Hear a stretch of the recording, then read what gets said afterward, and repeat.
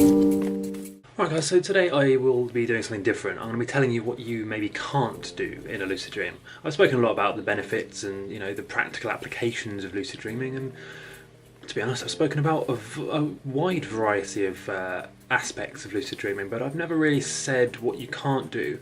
And I think it's important to make this video, not just because it's a new perspective, but because there's so much hype in the lucid dreaming community. There's so much energy associated with the idea that lucid dreaming is the be-all and end-all of personal development. You do this and your life will be incredible. Now, I myself have been perpetuating that hype to some degree. It's hard not to, because lucid dreaming is pretty cool, and it does have real-world practical applications, but it can't do everything. There are limitations, and there are things that you can't do in a lucid dream, and there are some considerations with this stuff. It's not just the golden magic ticket for improving your life. It's good, but it has limits, and I think this video is more of a, I guess you could say this video is in itself a reality check for people who think lucid dreaming is absolutely everything and the most important thing. Now, this obviously will be a bit controversial because as a lucid dreaming teacher or YouTuber personality, whatever you want to call me, my main thing is to teach you guys how to lucid dream and to teach you about it and to persuade you that it's awesome and incredible. And it is, don't get me wrong, this video might be a bit confusing. It is amazing. Lucid dreaming is incredible and it can impact your life in a very positive way.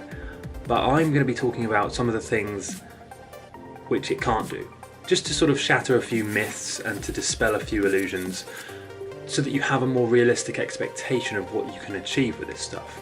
So the first one, that was kind of a long intro by the way, the first thing that you can't do in lucid dreams, you can't learn new information. Now this is a myth and I'd love it to be true, right? But as far as I'm aware and as far as the science and studies show, you can't enter a lucid dream and learn something that you didn't previously know. You can't just go up to Einstein and ask him to explain the theory of relativity to you in a lucid dream and then him tell you the actual theory unless you already knew it. Now the reason this is a common myth is because you can improve things you already know by practicing them in a lucid dream. Like for example, say if you're a martial artist, I always use this example because it's something which involves a lot of physical repetition to learn maneuvers, okay? It could also be anything physical, really. It's ideally for physical things, right? Say if you're a martial artist, you can practice things in a lucid dream and actually improve at those techniques or moves by practicing them in a lucid dream. What you can't do, however, is enter a lucid dream, go to a library, pick out a book you've never read in real life and read that book as if you're actually learning the information. It'll be nonsense. What you'll do instead is you'll pick up the book and it'll be your idea of what is in the book. You won't actually know what's in the book. That's on the realm of unproven astral projection. The idea behind astral projection supposedly is that you can enter places that you've never been in waking life and really see what's there even if you're not actually there. It's called remote viewing and it's unproven, wildly unproven. Like no one's ever shown definitive evidence that you can do that, and therefore I personally don't believe it's real. So yes, you can't learn new information in a lucid dream.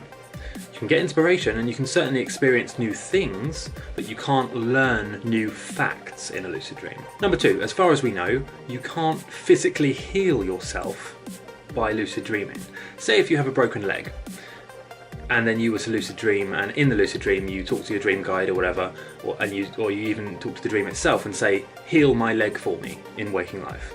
It won't do anything, okay? Now the reason this is a myth and the reason I'm even mentioning this in the first place is because it's popular the idea is popular that you can heal yourself in lucid dreams, or that with positive thinking you can really heal physical conditions. Now that is true to some degree, okay? Your positive mental attitude has a huge impact on your physical well-being. This has been shown and proven. But what you can't do is have a lucid dream and in that dream physically heal yourself of a condition. Okay, you can improve your attitude and mindset, and you can definitely feel like you're better, but a lot of that is a placebo effect, and just the idea that if you change your attitude to a more positive one, everything will feel better. You might not physically heal from the condition, but you'll feel better about it, and you might ignore the pain associated with it for some time. So it's unproven. You can't physically heal yourself in a lucid dream. However, you can emotionally heal yourself. Say if you have something like PTSD, post-traumatic stress disorder, or if you have phobias, fears, emotional anxiety, or anything like that, really, you can over time, and with the right guidance and the right work, you can eventually start to heal from these things with lucid dreaming. You can't physically heal yourself, and there's an important distinction to make.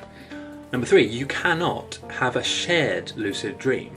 You can't enter a lucid dream and then have somebody else, your buddy or your partner or whatever, enter that same lucid dream at the same time and interact with you in the dream. The best you can get, or the closest you can get to that, is you can have more than one person dream about the same thing at the same time, but you will never be in the same dream at the same time. Because as science shows, when we dream, it's in our head. It's in our individual head, not a collective astral plane, right? This is why astral projection is unproven, because we've never proved definitively that there is an astral plane and that we can interact with other people in that plane.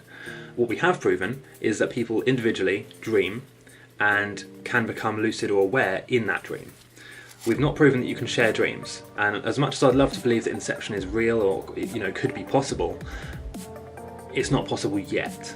And I think maybe in the future it might be, with the help of some really powerful technology or some insane supplement or device. But right now it's not possible to share a dream, and it's a myth that you can do so. The reason it's a myth is because it's very popular or common to have a dream about something similar to something else that someone else is dreaming about. Let's say if you and your friend, you're both lucid dreamers, and you get excited about the idea of potentially having a shared lucid dream. And so you do an experiment, right? I've done it myself. You say, okay, we're going to go into a lucid dream tonight and I'll try and find you, right? It sounds pretty harmless. It is harmless, right? But it's not scientific. You're not, even if you have a lucid dream, and even if you see that person in the lucid dream and talk to them, that is not proof that you're having a shared lucid dream, because how can you prove that that isn't just you dreaming about that person as opposed to you dreaming with that person? You can't. You just can't, and so that's why it's unproven at the moment. Number 4, I think we're on number 4. The fourth thing you can't do in a lucid dream. You can't keep yourself in the lucid dream for much longer than you would have otherwise dreamt anyway. So what I mean by that is people have this idea that when they're lucid, or when they learn how to lucid dream, they have this ability to extend their dream period for several hours. I don't know why people think they can do this, but apparently they can. And it's just not true. Your REM sleep during the night, your REM sleep does not last several hours. It lasts minutes. And so yes, you can extend your perception of lucid dreaming time. When you've learned how to become lucid, you often get the idea or the feeling that you're in a dream for longer. And it's not really that you're in the dream for longer, it's just that you're more aware of yourself and everything's more vivid, and because you're lucid, it feels like you're in the dream for longer, but you're not actually extending the time, the real world time that you're dreaming, by much at all. You can have an influence on it to some degree, but you certainly can't have a lucid dream where you're in there for hours on end. So that's it, guys. That's the 4 things that I hear the most often. I just thought I'd cast some light on these myths, and hopefully if you guys can leave a comment and let me know your thoughts.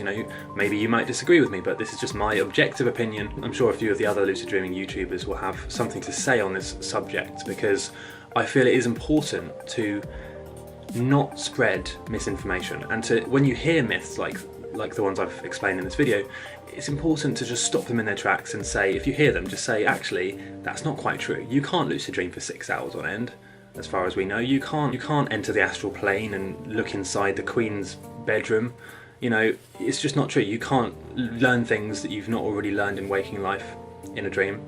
These are myths, and I think it's important in the lucid dreaming community to call these myths out and just to be realistic about what you can actually do. And I know this video might seem like a bit of a drag, but to be honest, I think it's better that you know this stuff and that you can approach lucid dreaming objectively and logically, instead of approaching it with this wide-eyed sort of anything is possible approach where you think it's the best thing in the world, because it's just not true. And you're only going to disappoint yourself when you find it's not true yourself. That being said, it is still an incredible thing to be doing. It's a very positive thing for your life and also the lives of people around you. And you should absolutely learn, because there are some incredible things that you can do. You know, there's loads of stuff you can do that really has an impact on your life, that, you know, can improve your confidence and do all this amazing stuff. And I've got other videos explaining that, but this video, unfortunately, is just dispelling a few myths. So if you liked this video, please go ahead and subscribe, and I'll see you tomorrow. Done.